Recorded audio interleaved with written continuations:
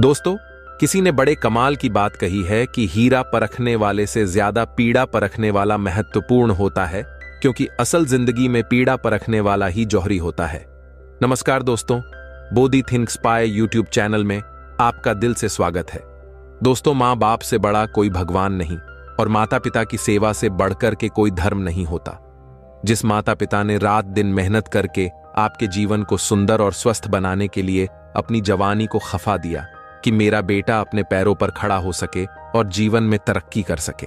पता नहीं अपने जीवन में कितने अभावों को झेल करके आपको कभी दुखी नहीं होने दिया, कभी किसी चीज का अभाव महसूस नहीं होने दिया। बेटे की जरा सी खुशी के लिए माता पिता अपना सब कुछ निछावर कर देते हैं। जब छोटी सी चोट लग जाती है बेटे को, तो माता पिता कितने बेचैन हो जाते हैं।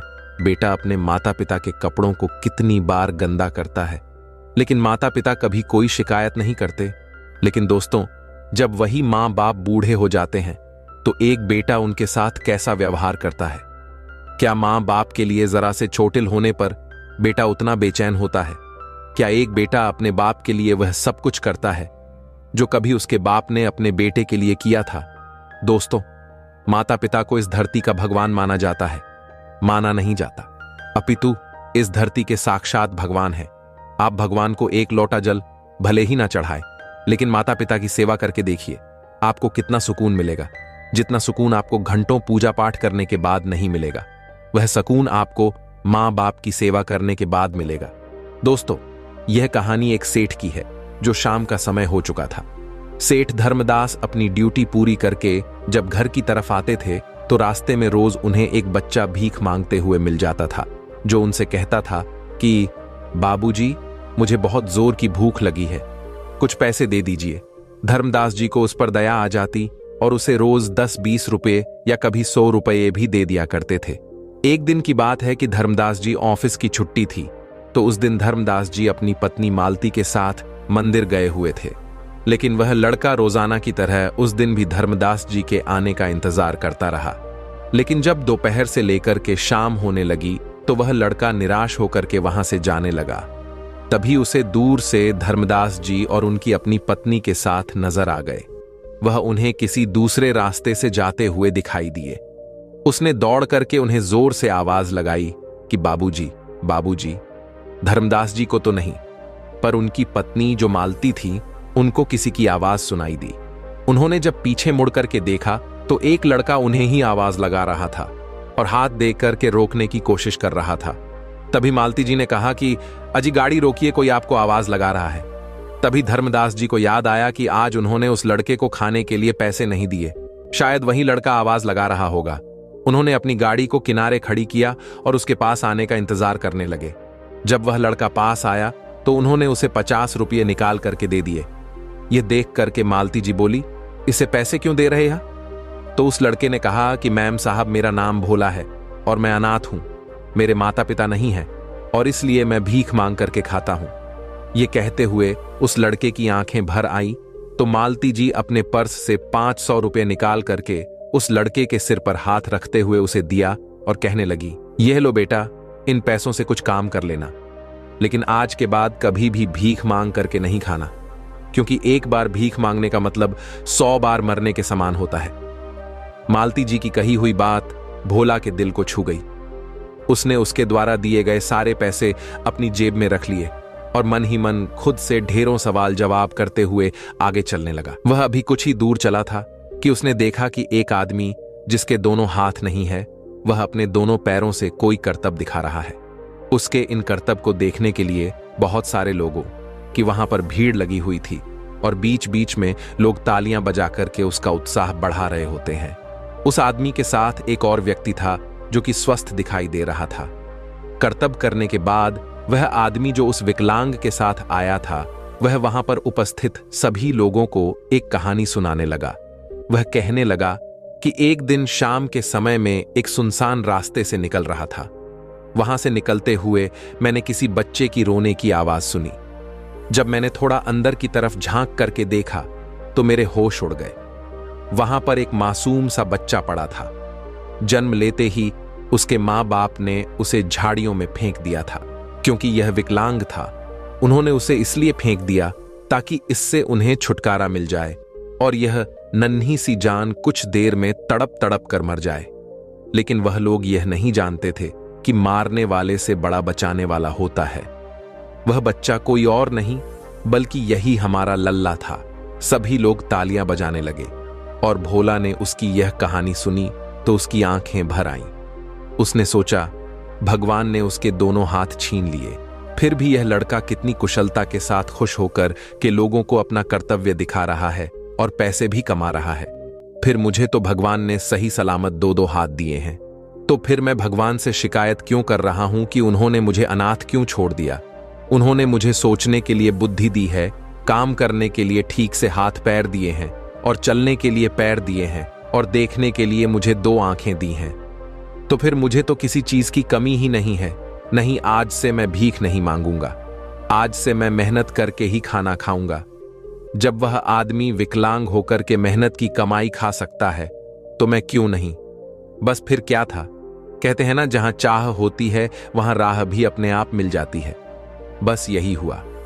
भोला के साथ उसके कानों में बस वही शब्द गूंज रहे थे कि एक बार भीख मांगना मतलब 100 बार मरने के बराबर होता है। इसलिए आज उसने अपने मन में यह ठान लिया था, निश्चित कर लिया था कि चाहे उसे कितनी भी मेहनत करनी पड़े वह करेगा, लेकिन भीख नहीं मांगेगा। बस यही सोचते हुए भोला चले जा रहा था। तभी उसे एक चाय वाले के ठेले पर बहुत भीड़ लगी हुई दिखाई देती है। भोला भी वहां जाकर के चुपचाप खड़ा होकर के देखने लगा कि किस तरह से वह चाय वाला बार बार चाय बना रहा था और लोग उसकी चाय को किस हद तक पसंद करते थे। उसने भी उस दिन उस बूढ़े आदमी की चाय खरीद कर पी, यह देखने के लिए कि चाय का स्वाद कैसा है और वह चाय में क्या क्या डालता है। उसने चाय वाले से कहा, अंकल जी, आप यह चाय का धंधा कब से करते हैं? भोला की बात सुनकर के चाय वाले ने कहा कि बेटा, यह धंधा मेरे पिताजी भी किया करते थे। भोला ने सोचा कि तभी यह इतनी कुशलता से चाय बना रहा है, लेकिन क्या मैं इतनी कुशलता से चाय बना पाऊंगा? उसने उस चाय वाले से पूछा कि अंकल, क्या मैं भी यह धंधा कर सकता हूं? उस चाय वाले ने कहा कि हाँ बेटा, बिल्कुल कर सकते हो, लेकिन यहां आस पास मत करना, क्योंकि मेरा ठेला बहुत पुराना है और यहां पर सारे मेरे ग्राहक बंधे हुए हैं तो मेरे ही पास आएंगे। इसलिए तुम ऐसा करो कि बाजार के दूसरे छोर पर जाकर के अपना ठेला लगा लो। भोला उस चाय वाले की बात को सुनकर के बहुत प्रसन्न हुआ और बाजार के दूसरे छोर पर चला गया और चाय बनाने के लिए सारे सामान की व्यवस्था करने लगा। अगले दिन भोला ने वहीं अपना तरीका लगाकर के अपने रहने की व्यवस्था भी कर ली थी। अब भोला रोज सुबह जल्दी उठता और नहा धो करके भगवान की पूजा अर्चना करता, भगवान का नाम लेता और इसके बाद चाय बनाता। भोला सुबह से चिल्लाता कि आइए आइए, चाय पी करके अपना दिन सुख बनाइए। क्या लेकर आए हैं और क्या लेकर के जाएंगे? चाय पीकर ही तो अपना मुंह ठीक बनाएंगे। भोला यह सब इतनी मासूमियत से कहता कि चाहे कितना भी कठोर दिल का इंसान हो, उसका भी दिल पिघल जाता और उसके पास आकर के एक कप चाय वह जरूर खरीद करके उससे पीता। चाय से ज्यादा स्वादिष्ट उसकी बातें होती थीं। वह इतने प्यार से बोलता कि कोई भी जो एक बार चाय पीता तो वह एक की जगह 2 कप चाय पी करके जाता। कुछ दिनों में भोला इतना फेमस हो चुका था कि हर एक व्यक्ति की जुबान पर भोला चाय वाले का नाम रहता। अब उस पुराने चाय वाले के धंधे में काफी फर्क पड़ गया था, तो उसने सोचा क्यों ना मैं भोला चाय वाले की चाय पी करके देखूं। वह ऐसी चाय बनाता है कि लोग उसकी चाय के दीवाने हुए जा रहे हैं। जब वह चाय वाला भोला की दुकान पर आया तो भोला ने उन्हें बड़े ही सम्मान के साथ अपनी दुकान पर बिठाया और उन्हें चाय पिलाई। जब वह उसे चाय का पैसा देने लगा तो भोला ने कहा, नहीं अंकल जी, आपसे ही मैंने यह काम सीखा है, इसीलिए आप मेरे गुरु हुए। और गुरु से क्या कोई शिष्य कभी पैसे लेता है? क्या शिष्य पैसे ले तो यह शोभा देता है? उस चाय वाले ने सोचा क्यों ना भोला को अपनी सारी परेशानी बता दूं, ताकि भोला अपनी चाय की दुकान कहीं और लगा ले, ताकि उनके ग्राहक बने रहे। लेकिन भोला की मासूमियत को देख करके उनका भी दिल गवाही नहीं दे रहा था कि वह भोला से कुछ भी कह सके। उनका उदास चेहरा देख करके भोला ही बोल पड़ा, क्या बात है अंकल जी, आप उदास लग रहे हो? तो चाय वाला कहने लगा कि बेटा भोला, मैं कैसे कहूं, किस मुंह से तुझे अपनी परेशानी बताऊं, मुझे तो कुछ समझ में ही नहीं आ रहा है। मुझे मालूम है मैं अगर अपनी परेशानी कहूंगा तो तुम्हारा दिल टूट जाएगा। भोला कहने लगा कि अंकल, आप एक बार बोल करके तो देखिए, अगर मुझसे बन पाएगा तो मैं जरूर करूंगा। तभी वह चाय वाला कहने लगा कि भोला बेटा, जब से तुमने अपनी चाय की दुकान खोली है ना, तब से मेरी दुकान में ग्राहक ना के बराबर हो गए हैं। बेटा मैं क्या करूं, अब मैं बूढ़ा हो चला हूं, इसके अलावा दूसरा काम मुझे आता नहीं है और मेरा घर इसी ठेले के चाय से ही चलता है। मेरा घर यहां से पास ही में पड़ता है, इसलिए मैं यही पास में ही अपना चाय का ठेला खोलना चाहता हूं। मुझे तो लगा था कि मेरी दुकान के कारण तुम्हारी दुकान नहीं चलेगी, इसीलिए मैंने तुम्हें मुझसे दूर ठेला लगाने की सलाह दी थी, लेकिन मुझे क्या पता था कि उसका उल्टा होने वाला है। इतना कह करके वह चाय वाला उदास होकर के बैठ गया। उन्हें इतना उदास देख करके भोला उनके हाथों को अपने हाथों में लेते हुए कहने लगा, बस इतनी सी बात है अंकल जी, इस परेशानी को तो हम चुटकी भर में हल कर देते हैं। वह अंकल कहने लगे कि वह कैसे बेटा? भोला ने कहा, अरे अंकल जी, ना ही मेरा कोई घर है और ना मेरा कोई परिवार है। मैं अपना ठेला लेकर के किसी दूसरे बाजार में चला जाता हूं। आप निश्चिंत होकर के अपना कारोबार कीजिए। भोला की बातें सुन के वह चाय वाला आश्चर्यचकित होकर के भोला को देखता रह गया। उसके मुंह से एक शब्द भी नहीं निकल पाया और वह मन ही मन भोला को ढेरों आशीर्वाद देते हुए शर्मिंदगी से अपना सिर झुकाए वहां से चला गया। दोस्तों, अगले दिन ही भोला ने अपना सारा सामान समेट लिया और दूसरे शहर का रास्ता पकड़ लिया। अब वह वहां से कहां जाए, उसे तो कुछ भी समझ में नहीं आ रहा था। उस दिन उसे अपने माता और पिता की कमी खल रही थी। वह सोच रहा था कि काश आज उसके भी माता पिता होते, उसका भी अपना परिवार होता और वह भी कह सकता था कि मेरा भी परिवार है। लेकिन अफसोस कि उसके पास अपना कहने के लिए कोई भी नहीं था। वह एकदम अकेला था। फिर उसने स्वयं को हिम्मत दी और मन ही मन निर्णय लिया कि वह एक दिन इस वक्त को बदल करके रहेगा। उसने अपने आंसुओं को पोंछा और पहुंच गया दूसरे शहर में और मन ही मन कहने लगा कि अब तो आप बहुत खुश रहना अंकल जी, अब तो आपके ग्राहक मेरे पास नहीं आएंगे। उसने फिर से भगवान का नाम लिया और लग गया अपने काम में। वहां भी वह यही लाइन दोहराता जो लाइन वह पहले बोलता। भोला के उन मासूम भरे शब्दों से प्रभावित होकर कि लोग वहां रुकने लगे और सोचते, अरे एक कप चाय ही तो पीनी है, यहां पिए या कहीं और जाकर के पिए, क्या फर्क पड़ता है? अगर इस मासूम के पास ही पी लेंगे तो इसका भी भला हो जाएगा। यही सोच करके कुछ लोग उसके पास रुक करके चाय पीते तो कुछ उसकी वह मासूमियत भरी लाइनों को बार बार सुनने के लिए, बोलने के लिए उससे कहते और चाय का मजा लेते। इस प्रकार भोला धीरे धीरे वह भी अपनी चाय के लिए प्रसिद्ध हो गया। अब तो कई बड़े अमीर घरों से लोग अपने घर की छोटी मोटी पार्टी में भोला चाय वाले को अपने घर पर ऑर्डर देने लगे, जिसे भोला की अच्छी खासी कमाई होने लगी। 7-8 महीने काम करने के बाद अब भोला ने इस शहर में एक छोटा सा फ्लैट खरीद लिया और धीरे धीरे अपना घर भी बनवाने लगा। उसने नीचे पूरी दुकान और ऊपर अपने रहने के लिए घर बनवा लिया और देखते ही देखते भोला चाय वाले की 2 मंजिल से 3 मंजिल की बिल्डिंग बन करके तैयार हो गई। अब उसके लिए अच्छे अच्छे घरों से रिश्ते भी आने लगे। कुछ समय बाद उसने एक सुशील संस्कारी लड़की को देख करके अपना विवाह भी कर लिया था। उधर जो सेठ धर्मदास जी थे और मालती जी थीं, वह धीरे धीरे बूढ़े हो चले थे। उन्होंने भी अपने दोनों बेटों को खूब पढ़ाया लिखाया और इस काबिल बना दिया कि दोनों ही बेटे जो उनके थे अपने पैरों पर खड़े हो गए और धर्मदास जी ने सपने दोनों बेटों की शादी भी करवा दी। दोनों बेटों और उनकी पत्नी अपने माँ बाबूजी से दूर दूसरे शहर में रहते थे। कुछ समय बाद दोनों बेटों के घर पुत्र और पुत्री का आगमन हुआ। जब भी मालती जी का मन करता तो वे अपने पोते पोतियों से मिलने अपने बेटे बहू के पास चली जाती, लेकिन उनके बेटे बहू उनके पास त्योहार पर भी मिलने के लिए नहीं आते। धर्मदास जी तो अपने मन को किसी तरह मना लेते कि बच्चों को आजादी से जीने दो, लेकिन मालती जी को अपने पोतों और पोतियों की बहुत याद आती थी। इसीलिए बहुओं के द्वारा कई बार अपमानित होकर के भी पोतों पोतियों से मिलने के लिए चली जाती थी। धर्मदास जी मालती जी की मोह माया को देख करके हैरान हो जाते हैं कि जो औरत दूसरों को जीवन भर आत्मसम्मान का पाठ पढ़ाती रही, वही औरत आज सिर्फ अपने पोते पोतियों की एक झलक मात्र के लिए अपने बेटे बहू का इतना अपमान भी खुशी से सहन कर लेती है। सही कहते हैं, लोग की मूल से ज्यादा ब्याज प्यारा होता है। यही सोचकर धर्मदास जी मुस्कुरा करके चले जाते। ऐसा नहीं था कि धर्मदास जी को अपने पोते पोतियों से प्यार नहीं था, वह भी अपने पोते पोतियों से बहुत प्यार करते थे। इसलिए तो वह मालती जी को वहां जाने के लिए कभी भी मना नहीं करते थे और खुद ही उन्हें अपने बेटे बहू को घर लेकर के चले जाते, फिर चाहे बहू उन्हें 4 बातें ही क्यों ना सुना दे। थोड़ी देर के लिए बुरा तो उन्हें भी लगता था, लेकिन मालती जी किया कह करके मरहम का काम कर देती थी कि अरे अपने ही तो बच्चे हैं, अपनों को कहने में क्या बुरा मानना, फिर क्या था। धर्मदास जी भी चुप हो जाते। एक दिन दोनों बहुओं ने अपने पिताजी के पास आकर के रोते हुए कहा कि पिताजी हमारे बिजनेस में घाटा हो गया है, इसीलिए हम आपसे मदद मांगने आए हैं। अगर आप अपने रिटायरमेंट के पैसे हमको दे देंगे तो आपकी बड़ी मेहरबानी होगी। और अब आप लोग भी तो बूढ़े हो चले हैं, आप लोगों को तो भी अपने बहू बेटे और पोते पोतियों के साथ रहने की जरूरत है, इसीलिए आज से आप दोनों लोग हम दोनों भाइयों के पास ही रहेंगे।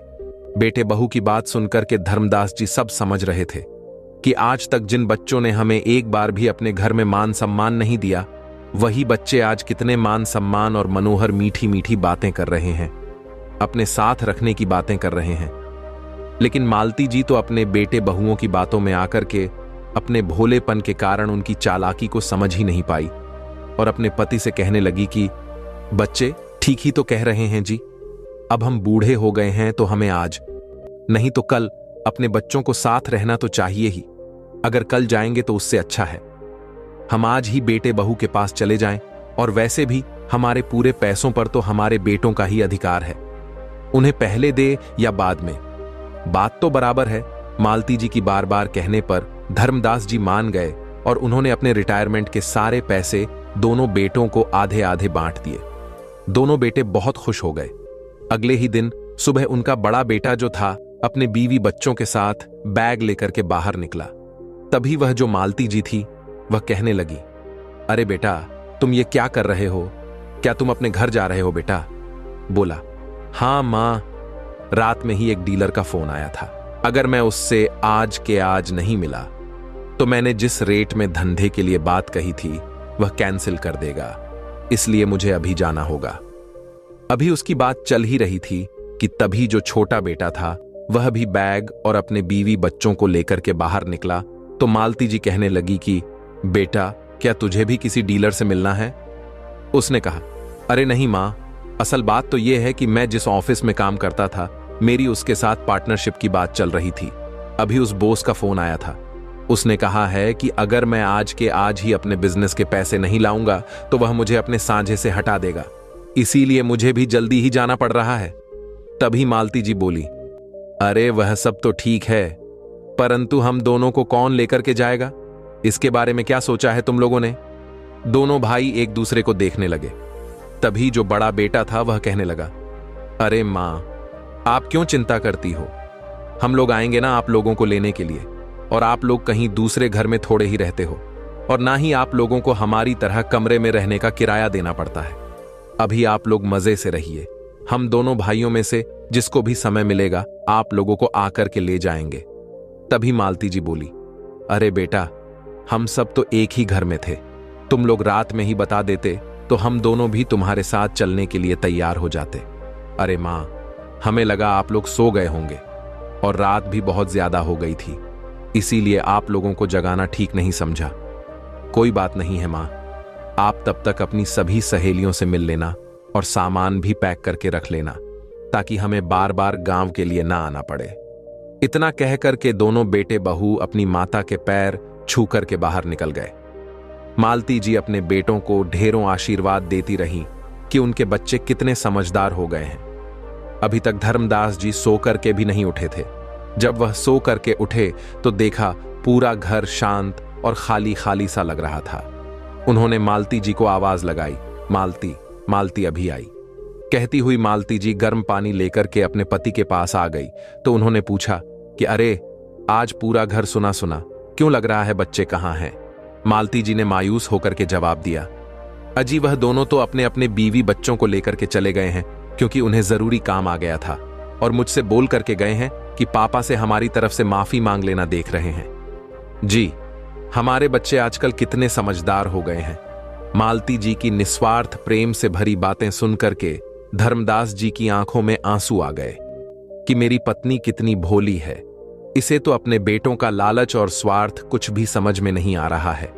लेकिन वह अपने बेटों की सच्चाई बता करके अपनी पत्नी को दुखी नहीं करना चाहते थे, पर वह अपने बेटों की मक्कारी को अच्छी तरह से समझ रहे थे कि वह लोग यहां सिर्फ पैसे लेने के लिए ही आए थे और पैसे मिलते ही वह सब के सब गायब हो गए। उन्हें अपने माँ बाप से कोई लेना देना नहीं है, इसीलिए तो हमें अपने साथ लेकर के नहीं गए। ऐसे ही करते करते 1-2 महीने बीत गए। तभी एक दिन धर्मदास जी अचानक अपने ही घर की सीढ़ियों से जाकर के गिर पड़े। उनकी कमर में बहुत चोट आ गई। मालती जी अपने पड़ोसी की मदद से उन्हें पास के अस्पताल में लेकर के गई। वहां जाने पर डॉक्टर ने बताया कि उनके कमर की हड्डी फ्रैक्चर हो गई है। उनका जल्दी से जल्दी ऑपरेशन करना पड़ेगा, वरना बहुत बड़ी परेशानी हो जाएगी। यदि ज्यादा देर हो गई तो शायद धर्मदास जी कभी अपने पैरों पर खड़े नहीं हो पाएंगे। डॉक्टर की इस तरह की बातें सुनकर के मालती जी घबरा गई। उन्हें कुछ भी समझ में नहीं आ रहा था कि वह क्या करें। उनके पास जितने भी पैसे थे वह सब उन्होंने जमा करवाए। फिर अपनी सहेली को उसे सारी बात बता दी। सहेली बोली, अरे मालती जी, जो तुमने अपने बेटों को पैसे दिए थे, अब तो पूरे 2 महीने लगभग बीत चुके हैं। अब तक वो दोनों बिजनेस में अच्छा खासा कमा भी लिए होंगे, तो क्यों ना तुम उनसे ही अपने पैसे मांग लो, इस तरह से इलाज भी हो जाएगा। अपनी सहेली की बात सुन के मालती जी को वह बात बड़ी उचित लगी, इसलिए उन्होंने तुरंत ही अपने बड़े बेटे के पास फोन लगाया और उसे सारी बात बताते हुए रोने लगी। बेटा ने कहा कि मां, आप शांत हो जाइए, अभी तो फिलहाल मेरे पास पैसे नहीं हैं, क्योंकि पापा ने जितने भी पैसे दिए थे वह तो सारे मैंने खर्च कर दिए हैं। अगर छोटे भाई के पास कुछ होंगे तो उससे बात करके देख लीजिए, मैं 2-4 दिनों के बाद आपको फोन करता हूं। इतना कह करके उसने फोन रख दिया। मालती जी बड़े बेटे की बात सुनकर के दंग रह गई। उन्हें यकीन नहीं हो रहा था कि वह अपने जिन बेटों को समझदार बता रही थी, समय आने पर वही बेटे ऐसे जवाब देंगे। फिर भी मजबूरन होकर उन्हें अपने छोटे बेटे को फोन लगाया और उसे भी सारी बात बताई, तो उसने भी कह दिया, क्या मां, आपको क्या लगता है कि पैसे एक जगह रुकने वाली चीज है? अरे पैसा इधर से आता है और उधर निकल जाता है, इसे ही तो बिजनेस कहते हैं। और मैंने तो सारे पैसे अपने बिजनेस में लगा दिए। जब आप अचानक पैसों की मांग कर रही है तो मैं कहां से ला करके दूं मेरे पास?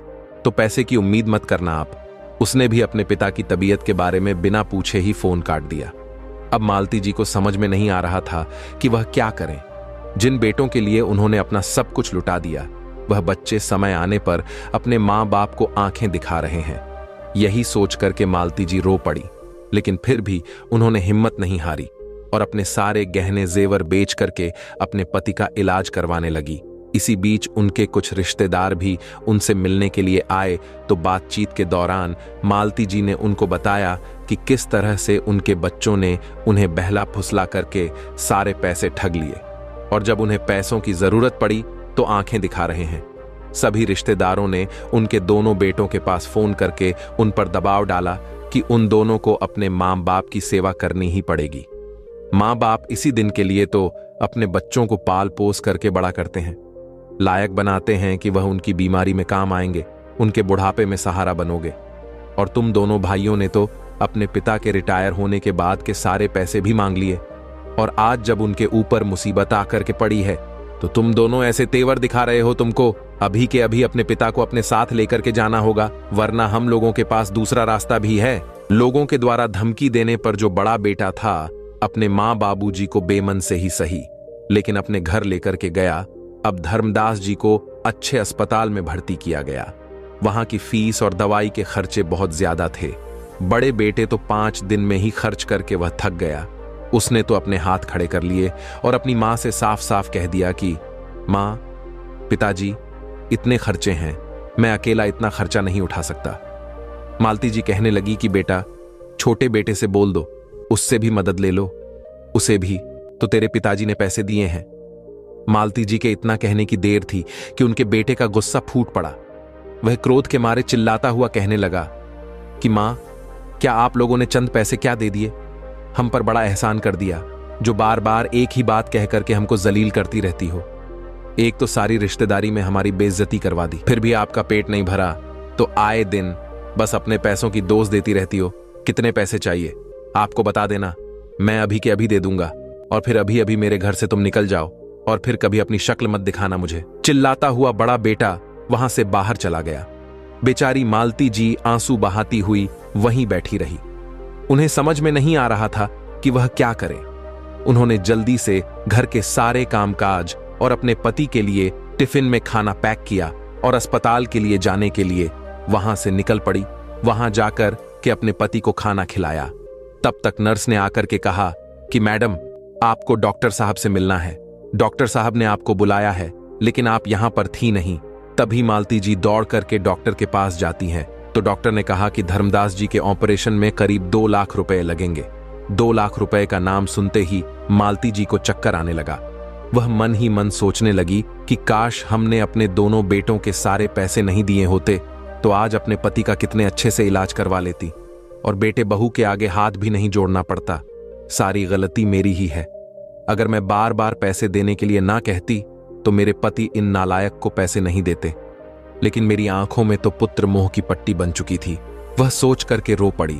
वह अपने आप को संभालती हुई बोली, सर, मैं पैसों की व्यवस्था करने के बाद आपको बताती हूं।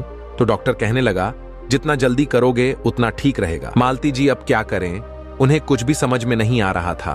उन्हें मालूम था कि अगर वह अपने बेटे के पास फोन करेंगी तो उसका क्या जवाब होगा, क्योंकि ना ही उनके पास पैसा था, ना ही उनके बेटे उनका साथ दे रहे थे। फिर भी मालती जी ने उन्होंने हिम्मत करके अपने बेटे को फोन लगाया। बार बार फोन लगाने के बाद भी उसने जब अपनी मां का फोन नहीं उठाया तो मालती जी ने सोचा क्यों ना वह उसके घर पर ही चली जाए, ताकि आमने सामने बैठ करके बात करने से शायद वह समझ जाए। यही सोच करके मालती जी अपने छोटे बेटे के घर जाने के लिए निकल पड़ी। पर जब वह छोटे बेटे के घर गई तो उसके घर पर ताला लगा हुआ था। उन्होंने जब उनके पड़ोसी से पूछा तो उन्होंने बताया कि उसने तो यह मकान बेच दिया है और कहीं दूसरी जगह जाकर के घर खरीद लिया है। मालती जी ने उसके नए घर का जब पता पूछा तो उन्होंने कहा कि नए घर का पता मुझे मालूम नहीं है। मालती जी परेशान होकर के वहां से वापस अस्पताल जाने के लिए निकल पड़ी। सोचते सोचते पागलों की तरह वह कभी दौड़ती तो कभी चलती हुई चली जा रही थी कि तभी एक कार से टकरा गई। वह कार वाला उन्हें टक्कर मार करके बड़ी तेजी से भागने की कोशिश कर रहा था, पर कुछ ही दूरी पर ट्रैफिक पुलिस खड़ी थी। उन्होंने उसे देख लिया और तुरंत उस गाड़ी वाले को पकड़ करके अपने कब्जे में ले लिया। कुछ लोगों ने मालती जी को उठाया और उन्हें पानी पिलाया। मालती जी को कोई खास चोट नहीं आई थी और वह पूरे होश में थी। जब उन्होंने उस कार के मालिक को देखा तो वह हक्की बक्की रह गई। वह आदमी कोई और नहीं बल्कि उनका छोटा बेटा था। उसने जब अपनी मां को देखा तो उसने गिरगिट की तरह रंग बदलते हुए कहा, अरे मां, आप यहां पापा की तबीयत कैसी है? मैं तो आपसे और पापा से मिलने के लिए ही जा रहा था बेचारी। मालती जी जब उन्होंने अपने बेटे के मुंह से ऐसी बातें सुनी तो उसकी आंखों से आंसू बह रहे थे। फिर और उन्होंने कहा कि हाँ बेटा, चल बेटा, जल्दी से अस्पताल चल, वहां तुम्हारे पिता तुम्हारा इंतजार कर रहे हैं। यह देख करके पुलिस वाले उससे कहने लगे, अरे ये क्या, तुम अपनी गलती छुपाने के लिए कहीं झूठ तो नहीं बोल रहे हो? तभी उसका बेटा बोला, नहीं नहीं साहब, मुझे मेरे पिताजी की बहुत चिंता हो रही थी, इसलिए मैं हड़बड़ी में गाड़ी चला रहा था तो गलती से मां से ही टक्कर हो गई। ट्रैफिक पुलिस वाले ने कहा, अच्छा, तो तुम कार में और तुम्हारी मां पैदल इस रास्ते पर कहां घूम रही है? कहीं तुमने अपनी मां को लड़ाई झगड़ा करके घर से बाहर तो नहीं निकाल दिया है? पुलिस वाले ने पूछा तो उसके बेटे का हालत सूखने लगा। लेकिन मालती जी को तो उस समय अपने पति के पास जाने की जल्दी पड़ी थी, इसीलिए उन्होंने कह दिया कि नहीं सर, मैं तो यहां पासी के मंदिर में अपने पति की सलामती के लिए विनती करने आई थी और मेरा बेटा तो सच में अपने ही पिता के पास जल्दी में अस्पताल जा रहा था, शायद इसीलिए छोटा सा हादसा हो गया। कहती हुई मालती जी अपने हाथ पैर में लगी चोट को ध्यान ना देते हुए उसकी कार में जाकर के बैठ गई और जल्दी से बेटे को अस्पताल चलने के लिए कह दिया। पुलिस वालों ने बेटे को समय से सख्त हिदायत दी कि अगर तुमने अपने मां बाप को तंग करने की कोशिश की तो सीधे जेल की हवा खाने के लिए तैयार रहना बेटा। अपनी मां को टक्कर मारने से और पुलिस वालों की नजर में आ जाने के कारण डर रहा था, इसीलिए उस समय चुपचाप मालती जी को अस्पताल लेकर के चला गया। वहां जाकर के जब देखा तो धर्मदास जी को ऑपरेशन थिएटर में ले जाया जा चुका था। जब मालती जी ने काउंटर पर जाकर के पता किया कि उनकी फीस किसने भरी है तो उन्होंने बताया कि एक भोला नाम का आदमी था, उनकी फीस उसने जमा करवाई है और दवाई गोलियों के लिए 5,000 अलग से जमा करके गया है ताकि उन्हें बाद में दिक्कत ना हो। उन्होंने आपका बहुत इंतजार किया लेकिन आप आई ही नहीं, इसीलिए वह चला गया। मालती जी सोच सोच करके परेशान हो रही थी कि यह भोला कौन है जो इतनी फीस हम अजनबियों के लिए क्यों भरकर चला गया। मैं तो किसी भोला को नहीं जानती। फिर बेटे से भोला के बारे में पूछा तो उसने भी नामे सिर हिला दिया।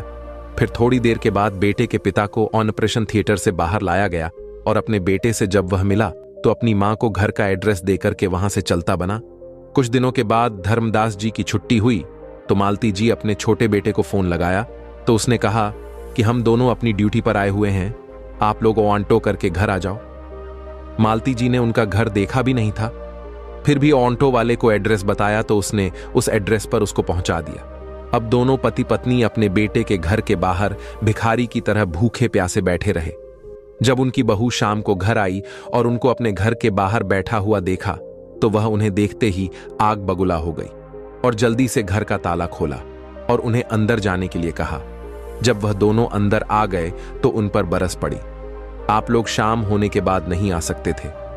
आपको तो मालूम था ना कि घर में दिन भर कोई नहीं रहता है, बच्चे भी स्कूल चले जाते हैं और उसके बाद ट्यूशन चले जाते हैं। आज आप जैसे फटीचर लोगों के कारण हमारे आसपास पड़ोस में तो हमारी नाक कट गई है। आप लोगों को किसी ने देखा होगा तो क्या कहा होगा कि उनके घर में यह कौन भिखारी लोग आ गए हैं। चिल्लाते हुए बहू ने मालती जी से कहा, चलिए अब जल्दी से काम पर लग जाइए, मैं तो दिन भर काम करके थक गई हूं और आप वहां से अस्पताल में कुर्सी तोड़ करके आई हैं।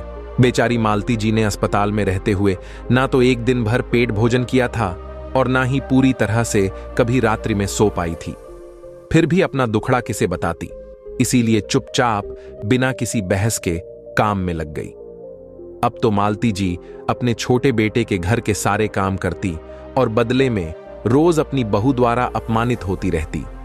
एक दिन देर रात को धर्मदास जी पानी पीने के लिए उठे तो उन्होंने देखा कि उनके बेटे बहू के कमरे की बत्ती जल रही थी और वह कमरे के पास गए तो बेटे बहू आपस में बात कर रहे थे।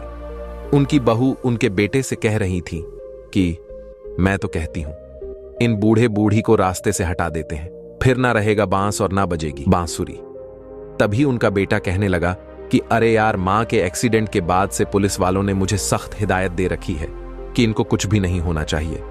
अगर इनको कुछ भी हुआ तो उनके शक की सुई सीधी मेरी तरफ आएगी। तभी उसकी पत्नी कहती है, अरे मेरे भोले भाले पति, मैंने उसका भी इंतजाम कर रखा है, तुम चिंता मत करो, तुम्हारे ऊपर कोई बात नहीं आएगी। किसी दिन अच्छा सा अवसर देख करके इन्हें ऐसी मौत देंगे कि एक कान से दूसरे कान को खबर भी नहीं लगेगी। बहू की ऐसी बातें सुनकर के धर्मदास जी की आंखों से आंसू बहने लगे और वह वापस अपने कमरे में चले गए। थोड़ी देर कुछ सोच विचार करते रहे, फिर मालती जी को उठाकर के सारी बात बता दी और पूछा कि तुम्हारा एक्सीडेंट कब और किसने किया था। तो मालती जी ने उन्हें उस दिन की सारी बात बता दी कि किस तरह से अपने बेटे की कार से वह टकराई और पुलिस वालों ने उसे क्या कहा था। धर्मदास जी समझ गए कि उनके बेटे ने उन्हें किस मजबूरी में रखा है, वरना वह तो उन्हें अपने पास एक सेकंड भी नहीं रखता।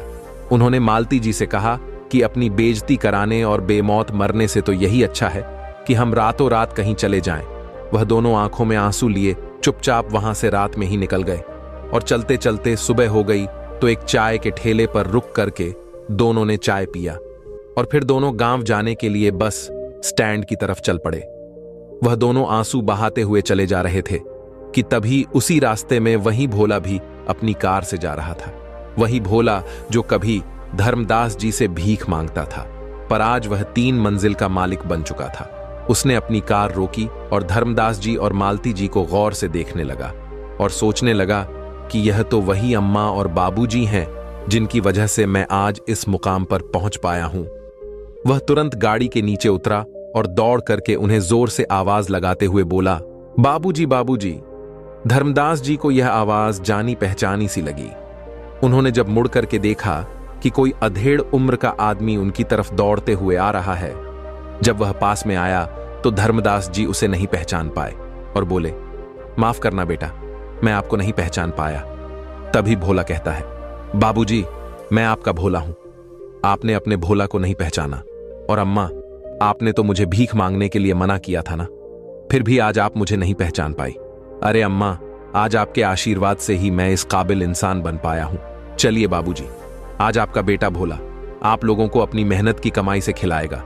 उसमें भीख का 1 रुपया भी नहीं है, बल्कि अम्मा जी आपके द्वारा दिया गया 500 और बाबूजी द्वारा दिए गए 50 रुपये से तैयार किए गए कारोबार से आपका बेटा आज इस मुकाम तक पहुंच पाया है। आपके यह 550 का ब्याज ही है जो आपके बुढ़ापे में सहायता प्रदान करेगा। भोला की बातें सुनकर के धर्मदास जी और मालती जी की आंखों में आंसू आ गए और वह दोनों भोला के साथ उनके घर के लिए चले गए। वहां जाकर के देखा तो भोला की 3 मंजिल की इमारत किसी बंगले से कम नहीं लग रही थी। धर्मदास जी और मालती जी की तरफ देख करके खुश हो रहे थे। बातों ही बातों में भोला ने उन्हें बताया कि उसने अस्पताल में उनके ऑपरेशन का बिल भरा था, क्योंकि वह उस समय अपनी पत्नी के साथ किसी से मिलने के लिए गया था। तभी उसे पता चला कि आपका पैसों के कारण इलाज नहीं हो पा रहा है। मैंने वहां रुक करके आपका बड़ा इंतजार किया, पर आप नहीं आए, और जब दोबारा गया तो आप लोग वहां से जा चुके थे। अब धर्मदास जी और मालती जी खुशी खुशी भोला के घर में रहने लगे। वहां उन्हें खूब मान सम्मान मिलता और भोला को भी माता पिता जी जा प्यार मिला। इधर धर्मदास जी के बड़े बेटे जो था उसको कैंसर की बीमारी हो गई और वह बिस्तर पर पड़ा रहने लगा, और छोटा बेटा जो था उसको बिजनेस में घाटा होने के कारण अब वह भी नशे में धुत रहने लगा, जिसके कारण उसके बीवी बच्चे उसे छोड़ करके अपने पिता के घर जा चुके थे। आज भगवान ने उन दोनों को ऐसी दुर्गति कर दी थी कि अब दर दर भटकने के सिवाय उनके पास कुछ भी नहीं बचा था। इसीलिए सच कहा है किसी ने कि बोए बीज बबूल का तो आम कहां से हुए। जो जैसा बीज बोता है उसे वैसा ही फल काटना पड़ता है। जो जैसा किसी के साथ करता है उसे वैसा ही भोगना पड़ता है। इसीलिए हमेशा अच्छा करो और इसलिए आपका जीवन भी अच्छा रहे। दोस्तों, यह कहानी आपको कैसी लगी है एक प्यारा सा कमेंट करके जरूर बताना, और यदि वीडियो आपको पसंद आया है, अच्छा लगा है, तो इस वीडियो को लाइक शेयर करना और चैनल को सब्सक्राइब करना ना भूलें। तो मिलते हैं अगली कहानी में, तब तक अपना और अपनों का ख्याल रखें। धन्यवाद।